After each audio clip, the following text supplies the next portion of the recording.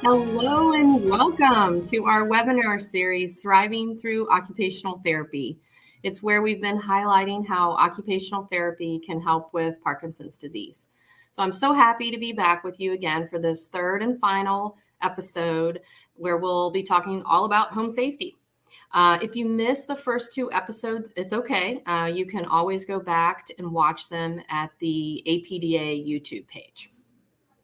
But let's get started. Today's all about home safety. So this is kind of the things that I'll be covering today. First, I'd like to just review the importance of home safety, especially how it relates with Parkinson's. Then I'm going to go through different areas of the home. We're going to identify some trouble areas, and then I'll highlight some solutions of some home safety modifications. And then finally, we can learn about resources that can help you get further help. But before we dive into the areas of the home, I just kind of wanted to point out a few things for you. So first of all, why is this important? Why are we talking about this? Parkinson's symptoms can cause extra challenges in the home. And so some of the symptoms that folks might have, like slowness and stiffness, that's the most common motor symptom that people with Parkinson's have. That can cause some issues, trouble with getting on and off things or in and out of places in your home. Some folks might experience decreased balance, and we know that that can cause different issues around the homes, especially when you think about turning in small spaces. And I'll address that a little bit later. And then finally, shuffling steps. Sometimes folks will shuffle with their steps, and that can then become tripping hazards and a fall risk. So those are some Parkinson's symptoms that can affect it. But really, another thing, if we'll go to the next one, a big thing that we want to do is fall prevention. So that really is key. We know that 1 in 4 people the age of 65 and older fall every year. And if you're living with Parkinson's, you are at a higher risk of falling. And unfortunately, the studies show that 1 in 5 of those falls result in an injury. And we kind of know that sometimes when people get injured, that can lead to a number of things, maybe a hospitalization or further complications with their Parkinson's. And so what we really want to do is prevent falls and stay safe in your home. So super important to think about prevention. And then, really another reason we talk about this is just to age in place. People want to stay in their home as long as possible and have a great quality of life. So that's why this is important, and we're talking about it today. Why are occupational therapists, important and helpful in addressing home safety? So if you watched either of the first 2 episodes, this will look familiar. This is a model that I talked about that occupational therapists commonly use when thinking about people being independent and safe. But if you didn't see it, or this is the first time, we think about that person in the middle. It's called the person, environment, and occupation. The person is in the middle. And so we look at all of their skills and their patterns, their routines that they do throughout the day. And then we work on their occupations, or those colorful ovals that you see there. Those are occupations or meaningful activities that people do every day. But really around the middle there, you'll see is the environment and the context. And that is another big thing that occupational therapists do study. And we do think that the environment plays a critical role in how we function every day. And so it's very important that, we look at the environment and make any sort of types of changes and recommendations so that people can be safe and independent as long as possible. So that's why occupational therapists are a good resource for you when you're thinking about your home safety. Okay, so let's dive into some key areas of the home that could be troublesome, and then I'll give you some solutions for that. And just 2 things to note before we get started. First of all, these are just some examples. It's not an exhaustive list at all. There's many other things that can be helpful. And then also, when you're thinking about any sort of changes with your home and home safety, we call those home modifications, and they can really range from minor changes such as real low cost or even a lot of times no cost things, all the way to major, renovations. But today I'm going to be focusing mostly on the minor changes that you can make to your home. Okay, so let's start off with the main living area. Okay, so some things that can sometimes be troublesome are just walking around freely. Sometimes we have extra furniture in our home or extra rugs. There can be tripping hazards. And then also lighting around our home. You might hear me talk a few times about lighting during this presentation, and it's because it's very important. And we sometimes forget about lighting, especially in our main areas. We've had the same lights for many, many years, and we just don't think about them. But I want you to start to think about that when you're looking around your home. But these can be some issues with the living area. So what are some solutions then? So first of all, I'm going to, recommend increasing your overall lighting around your main living areas. So, balance actually relies a lot on your visual system. And so the better you can see things, that actually helps you with your balance and maintaining, good walking throughout the day. So think about that. And then there's also task areas that you want to think about. Task areas, that's what we call like a place where you're going to do something where you might need more light. Like say when you walk in your home and you take off your shoes or your coat and you do things. That's when you're doing something. You're not just walking through an area. So those are important areas to make sure they are well lit. The other thing I want you to do is go through your home and look at any sort of tripping hazards. The number one tripping hazard are those throw rugs. And any therapist will say, oh my gosh, the throw rugs. Everyone loves their throw rugs, but if you can look through your home and just go through, if there's any that you can eliminate, that is great. If there's ones that you can eliminate that you need, what you want to make sure is that they're secured really well to the floor, either with a nonstick surface underneath. And then I also have a picture there, that top picture, you'll see it shows the corner of the rug coming up. And those are important. That can happen sometimes. And so you want to use some carpet tape to tape those things down in the corners so you don't have anything that's a possible tripping hazard. Of course, you want to look at cords and clutter and removing or moving some of those things. And then also looking at your furniture in your main living areas. If there's anywhere where you can reduce some of the extra furniture, that's great. And I purposefully put this picture here on the right. And it's beautiful, this picture, and it shows, but there are these extra things like the ottomans and the coffee table. And so, if someone were to ask me and I were to go in their home and see this, we talk about, what do you think about removing that coffee table and those ottomans, or putting them off to the side of the chairs so they're not out in the middle. So there's just some subtle things that you can do to just create more open space in your home, and that would be a little bit safer. So let's think about the bedroom next. Again, lighting, and especially in our bedrooms, lighting tends to be pretty dim in our bedrooms, which is good for sleeping. But if you think about it, when you need to be doing something, that may not be as good. Also in the bedroom, sometimes there's narrow walking spaces.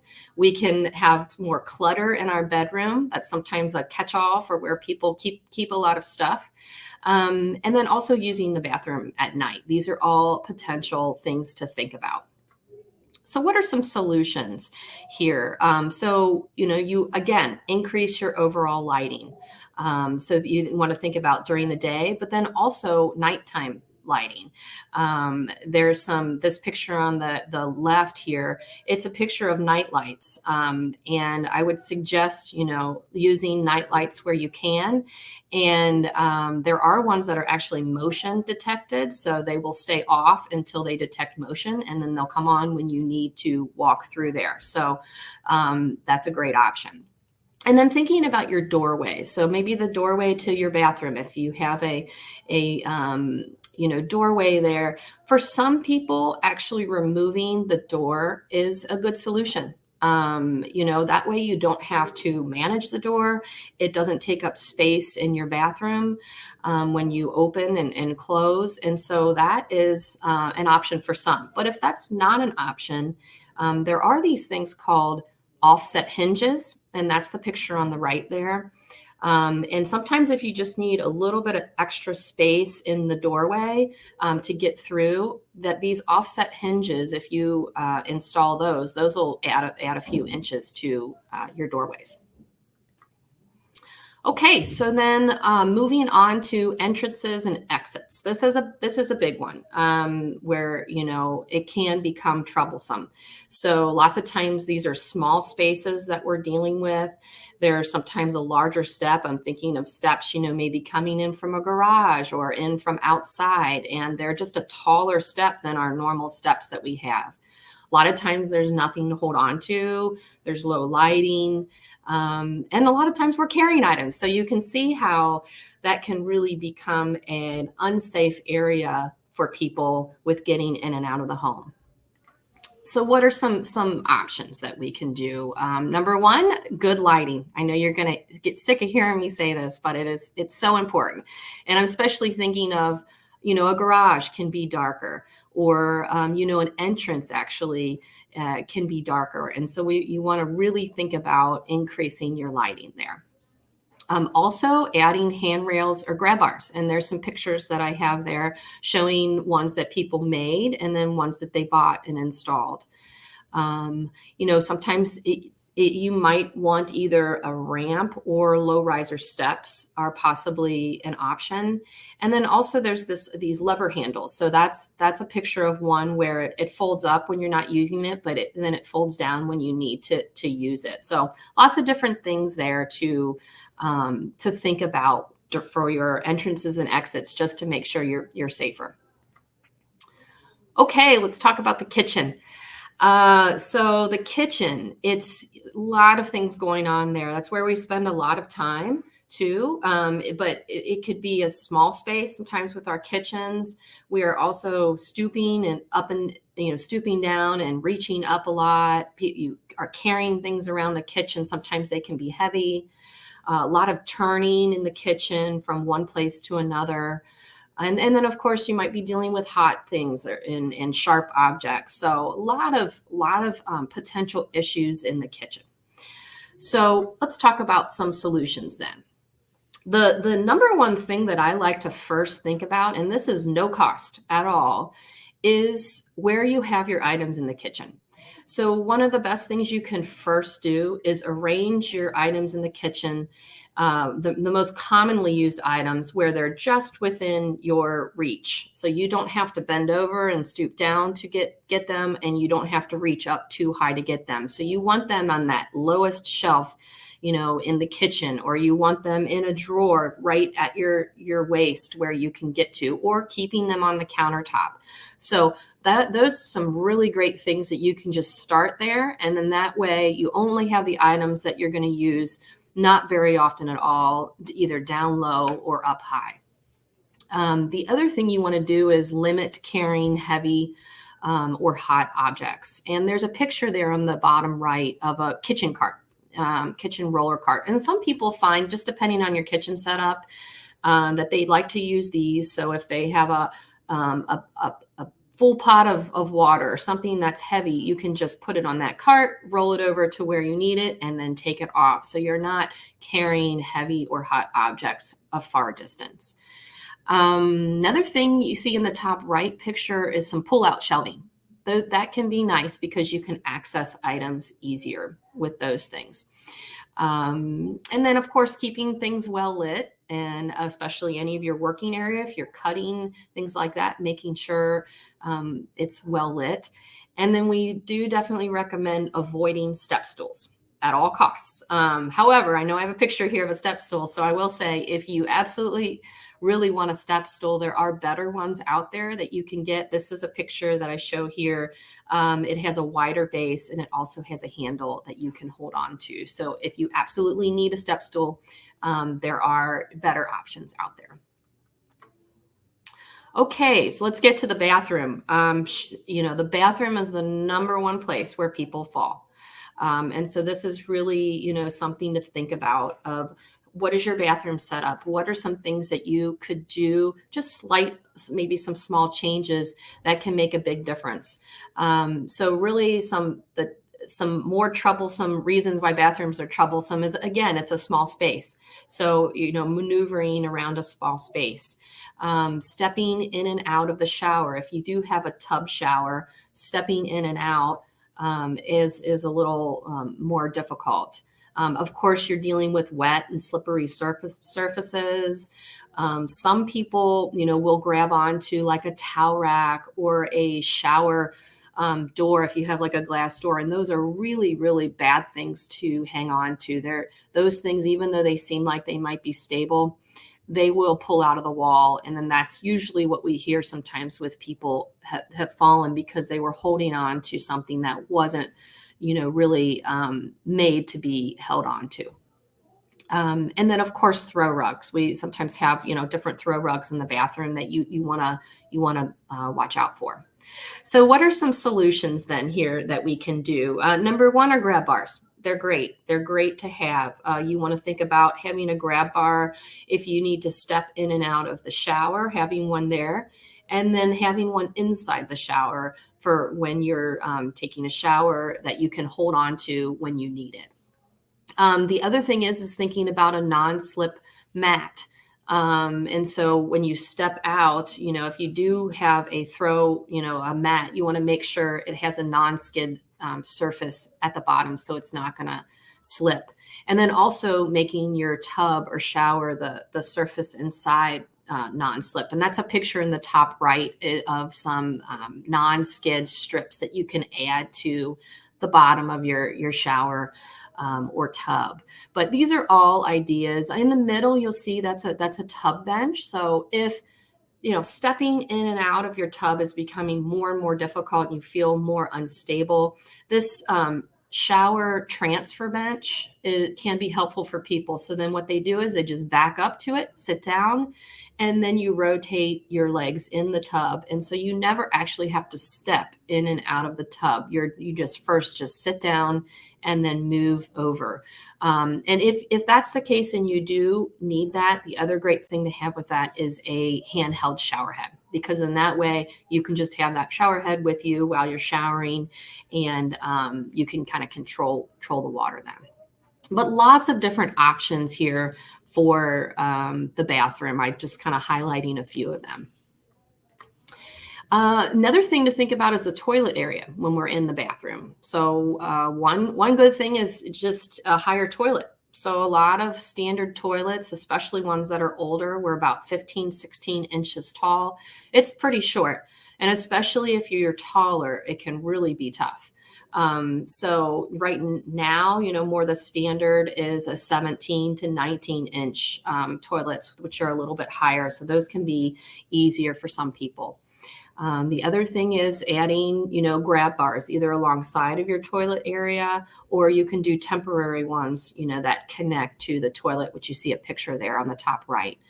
And the other thing to think about is there's a lot of better, grab bars out there, better designs than there were, 10 years ago. So there's some pretty unique things, like this bottom right picture it's a toilet paper holder, but actually it's also a grab bar. So it was designed to be both.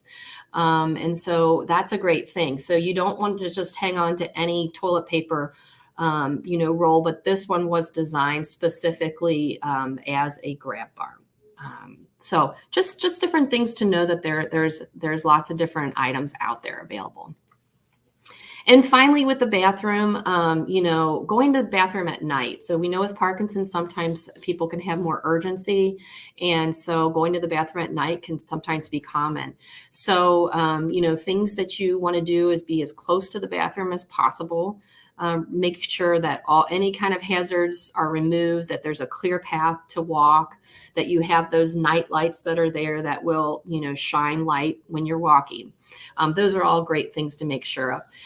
If you've done those things and it still is becoming troublesome, that this you might want to consider this 3-in-1 commode chair. So this would just be something that you'd have there in your bedroom. That way you don't have to walk to the bathroom, and it eliminates, there's a much, a chance of falling. And actually this item is the only item that's covered by Medicare with a doctor's order. So that's the only, piece of equipment that is covered if you do need it. Okay, so let's get to stairs. Obviously, stairs are, more difficult for many reasons, but lots of times, there's multiple steps. Sometimes they can be steep. Steps can blend together too. They're all the same color. So when you're looking at it, when, you're walking down the steps, a lot of times they all look the same. So judging that distance with the steps can sometimes become difficult. And, there's dim lighting, in stairwells. That's just very common. A lot of times, or either lacking a handrail or on both sides. And then a lot of times we want to carry things from one place to another. So all these things come together to make stairs, can be definitely a safety issue. So what are some things we can do then? Number one is you want to really increase your lighting. I've talked about that on and on and on. So you want to think about the overhead lighting there. But also there's some pretty neat lighting options out there now. The top left picture is actually LED strips that are put underneath the treads of each step. And so they light up each tread, which is pretty neat. And then the right picture that I have there is an LED strip put underneath the handrail that lights up then the stairs. So you can see that, we have a lot more options these days that are pretty low cost that you can do with lighting to add a lot more safety to your areas. And then the final thing would be, definitely if you can install two handrails, a handrail on both sides, that's really great. And then the final thing would be adding contrast to your steps. So if you see that bottom picture, that is showing someone that just put, a strip of white duct tape on their stairs. And so it really helps make it clear where the stairs are. And that can be, and you can really use anything for that. It can be decorative, or it can just be super simple to create contrast on the stairs, so that especially when you're walking down the steps, you can tell the difference very clearly with each step. Okay, so then I just wanted to, and finally about general safety, so there's a lot more options out there now. We used to have just, the lifeline. If you remember that years ago, I've fallen and I can't get up. But there's so many more options out there now. And what I would highly recommend actually is something that is wearable. So I know that not everyone is maybe interested in having something on them, but that truly is probably the safest thing to do. So whether that be a smartwatch, or they also, companies offer pendant necklaces, or a clip that's on your clip belt, just some things to think about that if you do happen to fall, you can, call for help, or it can notify someone right away. That would be good. And then, we have camera systems now. So also something to just think about. You can have cameras either on your, exterior or interior, just in certain areas. That way, if there is a trouble area and someone, does need help, they can check in on their phone, how you're doing and see that. So just something that might be an option for some people, depending on what their situation is. So now I'd like to get into just resources, and then we'll take questions. So please get your questions ready, and happy to answer any. But I wanted to let you know about resources. So number one is I would highly recommend getting a personalized assessment and recommendations. So what I've talked about today is really just general things that can be helpful, but the best thing to do is to have an occupational therapist come in. They can evaluate, how you're doing, what your goals are, and your environment, and make recommendations. And so you want to find an occupational therapist that has home modification experience. Not every, OT goes into that area, but there are some that have that experience. And also another thing to look for is there are certified aging in place specialists, or CAPS, behind someone's name. So that's an extra certification that some people can get, whether it's an occupational therapist or it can be another type of therapist or an interior designer or a contractor. They can get certified in that. And so that means that they have been trained in some of these things that will be helpful with home modifications. There's some really great information out there that I wanted to let you know about. This AARP has this home fit guide that I really like. You can go on their website and order it. It's free. It's a nice booklet, and it goes through each area of your home with pictures and suggestions. And so I would recommend that if you're interested. There's also a lot of home safety checklists out there. One that I really like is from Rebuilding Together. And I have a little picture there at the bottom right, but you can go on their website and see that checklist too. And then I wanted to make sure you knew about homemods.org. That is really almost like a clearinghouse of information for home modifications and safety. And so they just have a whole, wealth of information on their website. And then some further things, if you're thinking about getting home modifications, obviously, some of the ones I talked about today are low cost or no cost. But if you're thinking about, further modifications, of course, paying for them is something to think about. This, again, the homemods.org website, they have a section called Home Modification Information Network, and you can click on your state and it will come up with different resources in your state that would help with things like that. So it's really a great resource for people. Habitat for Humanity also has an area about aging in place and some resources. I mentioned Rebuilding Together. They're Safe at Home. They also can provide some home modification funding that's needs-based. And then there's also federal programs. There's a federal home repair and improvement program. So if you go to that website I have there, you can find out how you would qualify for potential funding for those modifications. And then there's also additional resources for veterans too. So something to definitely keep in mind. Okay, so now it's time for your questions. I'd like to ask Kim Sanders, our program manager, to join us and ask any questions. And I just have to say, if anyone watched the last webinar, Kim was a rock star. She jumped in, and so anyhow, if any of you did see that last webinar, she was awesome. So glad to have Kim with us. Thank you for having me again, Amanda. So I was going through and looking for some of the questions. And the first one I want to start with is someone mentioned they're thinking about remodeling a bathroom. Do you have any specific suggestions for a bathroom remodel?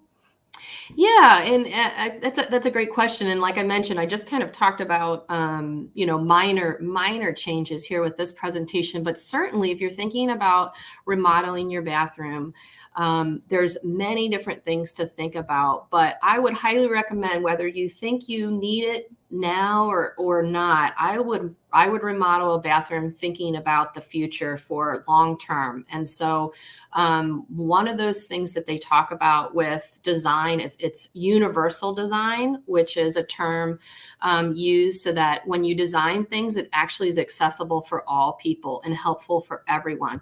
So I would suggest, roll-in showers, or either walk-in or roll-in showers where there's not even any sort of lip or change in, so that is a great thing to do. And already having those bars, installed in there and ready, having a seat in there, of course, the higher toilets and just larger space in a bathroom, if it's possible. is really great. So I would, definitely, contractors know how to remodel a bathroom, but I would, definitely try to talk with an occupational therapist or someone, like I mentioned, with that CAPS certification, so that they can at least give some recommendations and they can work together with the contractor, so that you're designing things that will be comfortable and safe for everyone in the house, for the future. Perfect. And with that, someone asked, I know you mentioned earlier about the height of toilets. They asked if you would repeat the height for a commode for a taller person. Okay. So the standard, the lower toilets are typically 15 to 16 inches. Those are too low, especially if you're tall. The taller ones that you can get that are pretty standard in the store range from 17 to 19 inches tall. And that one is typically, that's a height that's best for a lot of people. However, I will say if you are really tall, I've seen toilets that you can buy up to like 21 inches. So again, and that might be what's a good height for you. Now you have to look and see who else is using the bathroom, if how that would work for them. But definitely I've seen ones you can buy, at the store for that are 21 inches tall. So that's the tallest kind of standard, one that I've seen. But again, that's something that, a professional can kind of, there's a thing that they look at of how, when you back up and you sit down, where they can judge maybe that good height that would be good for you. But those are the ones that I know that are out there. Perfect. Next question. Someone asked, where do you find a local OT? Okay. So, first what I would do, I would call, if you have a chapter, an APDA chapter, I would call them first and see if they would recommend, because the thing that we do at APDA is our whole world is Parkinson's. And so we, talk to people who work with people with Parkinson's. And so your local chapter could have a list of occupational therapists that may, work with people with Parkinson's. If you don't have a local chapter, you can try our national APDA office also. Another thing too is, the therapy world's actually a small world, especially in OT world. And so if even your local rehab facility, of course, your doctor, you can ask, but, local rehab facility, if you ask any of those therapists, they might know through the grapevine who is an occupational therapist who works in the home with people, specifically on home modifications. And then the other thing is more and more OTs and therapists are working in telehealth too.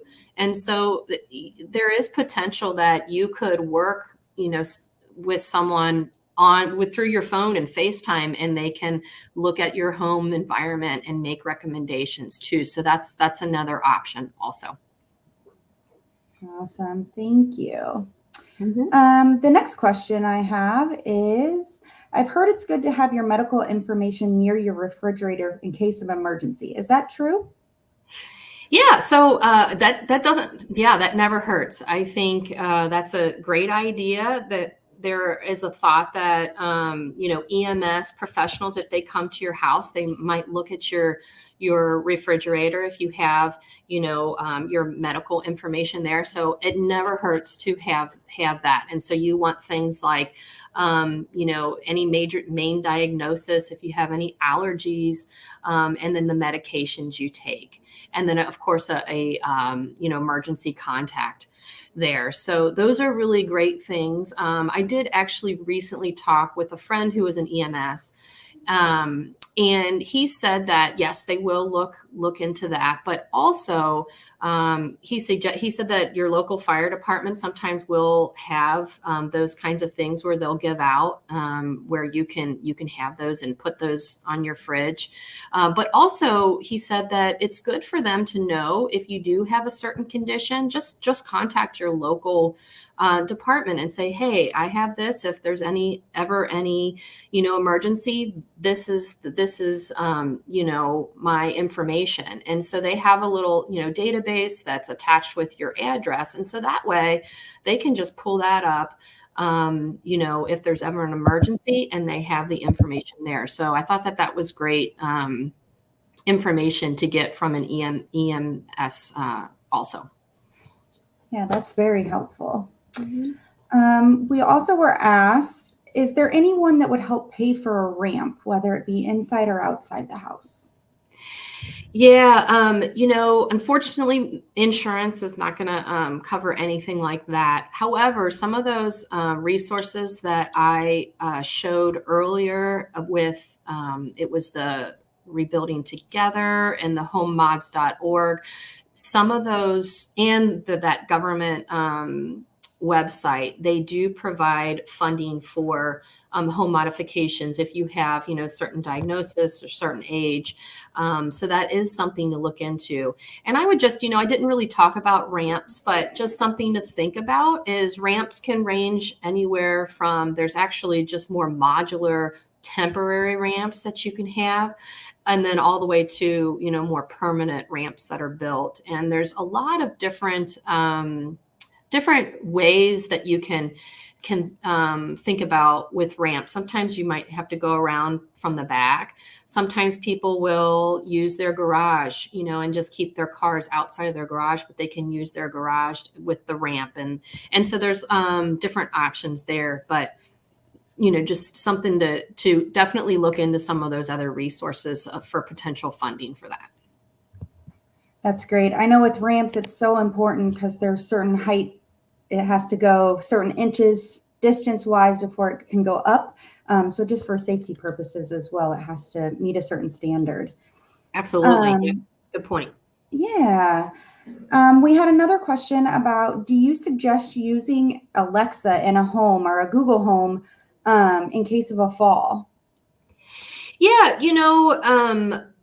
I think if you have that technology and it works well, I don't think it hurts to have that built in. I do think that having something that's wearable that connects is really a really great idea too. The only thing I'd be afraid is if the power went out or something like that, and you're relying on that sort of home Alexa, but it never hurts to have that as an extra layer. I think that's involved there for sure. Perfect. And we also just had someone follow up saying that in Cincinnati, there's a group called People Working Cooperatively, or PWC, and they may assist with home projects. It's a on need basis, but some other cities might have similar groups. So they were just throwing that out there as some extra tips. Yeah, I think that's great. I appreciate that, Sylvia. I think with home modification, it's becoming more and more readily, out there that people that are older or something, they need this assistance. So yes, absolutely. Thank you for bringing that up, because there's a lot of local communities that might be able to help. Perfect. So it doesn't look like we have any further questions. So Amanda, if you want to go ahead and wrap up for the day. Yeah, well, I just really appreciate you all tuning in for our Thriving Through Occupational Therapy webinar series. I've really enjoyed it. And I just hope that it provided some more information for you, that if and when you ever need something, you can call on an OT. So if you did miss the other ones, remember you can go back to our APDA's YouTube channel, and we look forward to talking with you. So take care, everyone.